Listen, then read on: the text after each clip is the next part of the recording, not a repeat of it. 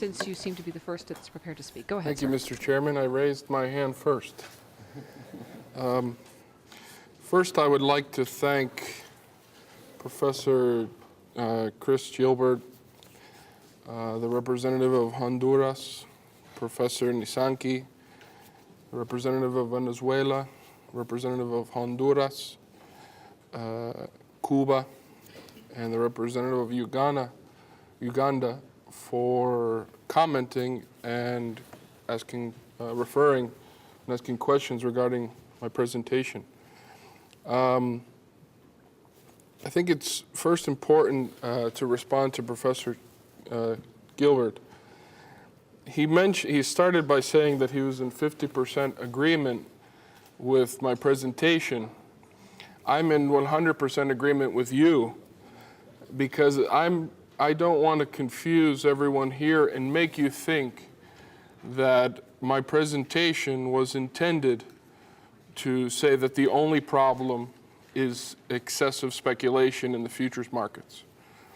But it is a big problem. Professor Gilbert mentioned that he has some preliminary results on projections as to the percentage of, between 2006 and 2008, the percentage of the effect of speculation in the commodities markets. And what I would like to point out or respond, first off, I'd like to say that I would be interested in receiving, once, I know they're preliminary, but once they're more definitive, receiving a copy of those. But I remember back in July 2008, we were in touch with a series of experts, professors, and even those who are part of hedge funds, those on the inside of the commodities futures markets, even a former regulator from the President Clinton's administration. And they were discussing a bill, a draft law in the US Congress, which was called Stop the Excessive Speculation Act. And that was in July when the price of oil was $147. And what was interesting was, if Professor Gilbert is saying today that it's 50%, back then in July, if you were to listen to the speeches of the congressmen and congresswomen from the US Congress, some of them said, some of their estimates were that speculation was 35% of 35% of the increase in the price of oil was due to speculation. So 35%. The other side of the estimation was some congressmen or congresswomen were saying it was as much as 80%.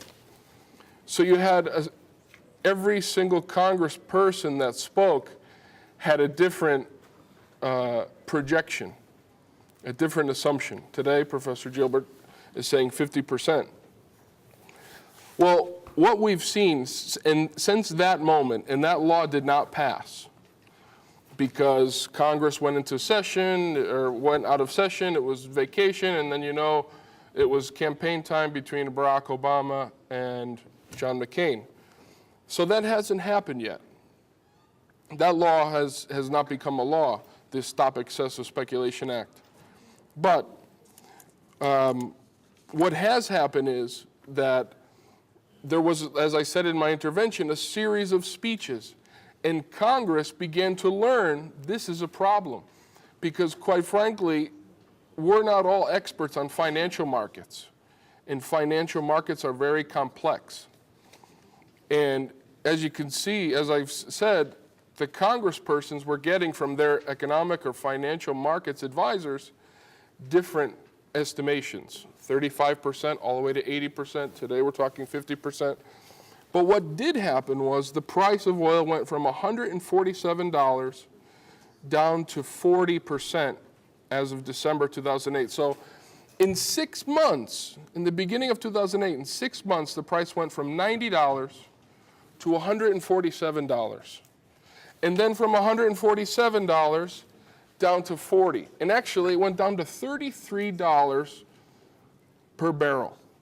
I don't know what it is today, but supply and demand doesn't explain this. So what role does supply and demand explain? Within the context of market fundamentals of supply and demand, there are perceptions, there are issues. Many of you here have been talking about climate change.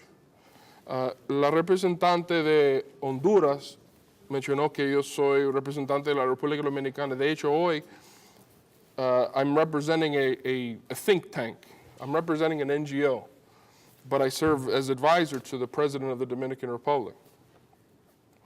But what I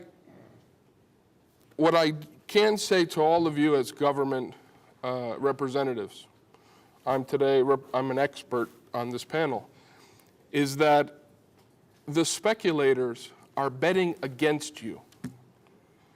They're betting against all of the challenges of globalization. Climate change, if we want to use climate change as an example, when a hurricane comes through the Caribbean, hence Petrocaribe, when it comes through the Caribbean, the speculators begin to speculate because they know on the spot market the oil that we'll need will have much more difficulty getting to us from Venezuela or from Texas or from wherever the countries purchase oil. So they know, the speculators on Wall Street and the futures markets know that it will be difficult to get oil. So they take advantage, and they're betting against you all as member states of the United Nations. They're betting against you as countries. The same happens if a pipeline blows up in, let's say, in the Straits of Hormuz in Iraq. So supply and demand, or the fundamentals of the market, or these crises or these challenges do play a role. And the speculators, they eat them up. They take advantage, and they bet against us. In response to Honduras, how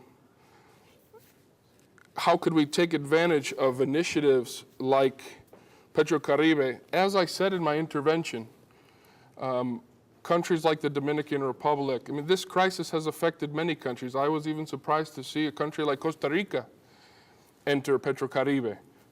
But it's a testament to the leadership, the vision, the solidarity, and the generosity of President Chavez.